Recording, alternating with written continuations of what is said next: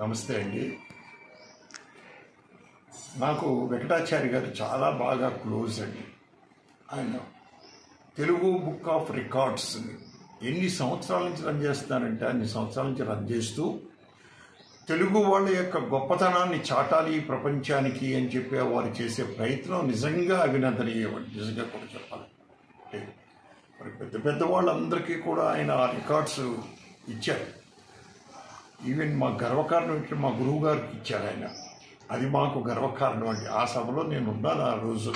శత్రుఘ్న సిన్హా చేతుల మీదుగా మోహన్ బాబు గారు వాళ్ళందరి సమక్షంలో ఆ రోజు వారు ఇవ్వడం, May 4th ఆయన బర్త్డే రోజు ఇవ్వడం అనేది ఈజ్ ఎ గ్రేట్ థింగ్ అండి. నిజంగా కూడా నిజంగా ప్రతి ఒక్కళ్ళు అనుకుంటూ ఉంటారండి తెలుగు బుక్ ఆఫ్ రికార్డ్స్ అది నాకు వస్తే బాగుండే అని అనుకునే వాళ్ళు చాలామంది ఉన్నారు. నేను విన్నాను కూడా. అది అంటే ఆ స్థాయికి వెళ్ళిందండి.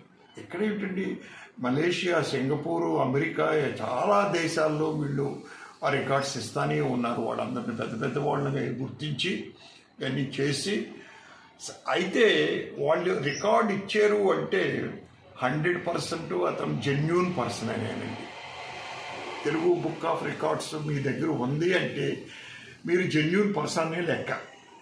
మీరు అలా అయితేనే వాళ్ళు ఇస్తారండి. అంతే తప్పించండి వాళ్ళు వెంకటాచారి గారు మామూలుగా ఏదో పరిచయం మీద ఇచ్చేయడం, లేదా అది ఇచ్చేయడం, లేదా ఎవడో 4 కబుర్లు చెప్పేసి ఇచ్చేయడం అనేది కూడా చేయరండి ఆయన.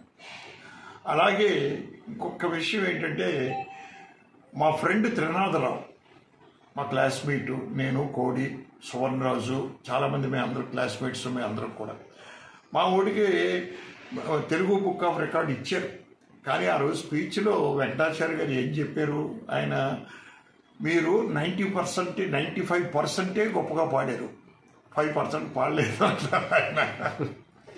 అంటే వితౌట్ సీయింగ్ స్క్రిప్ట్ పాడడం అనేది, అది ఒక పాటలో ఒక లైన్ మర్చిపోయారండి మా తిరునాథరావు. బట్ ఎవరండి గుర్తించేది? ఇది ఎవరు ఇచ్చేవాళ్ళు? ఆ రోజు మా మిత్రుడు కోటరామకృష్ణ అదే చెప్పాడు. మరి అక్కడ మరి ఎంత సిన్సియర్గా మీరు చేస్తున్నారు అంటే మీరు ఎంత సిన్సియర్గా చేస్తున్నారు అనే దానికి నిదర్శనం ఇది అని చెప్పాడు ఆ రోజు మా కోటరామకృష్ణ. సో అటువంటి తెలుగు బుక్ ఆఫ్ రికార్డ్స్ స్థాయిని పెంచాలని చెప్పి Telugu book of icon awards అని పెట్టి ఇప్పుడు 2025లో స్టార్ట్ చేశారు. ఇప్పుడు అది నా ఉద్దేశం ఇంకా ఈ స్థాయికి వెళుతుందని, వెళ్ళి గుర్తింపు వస్తుందని.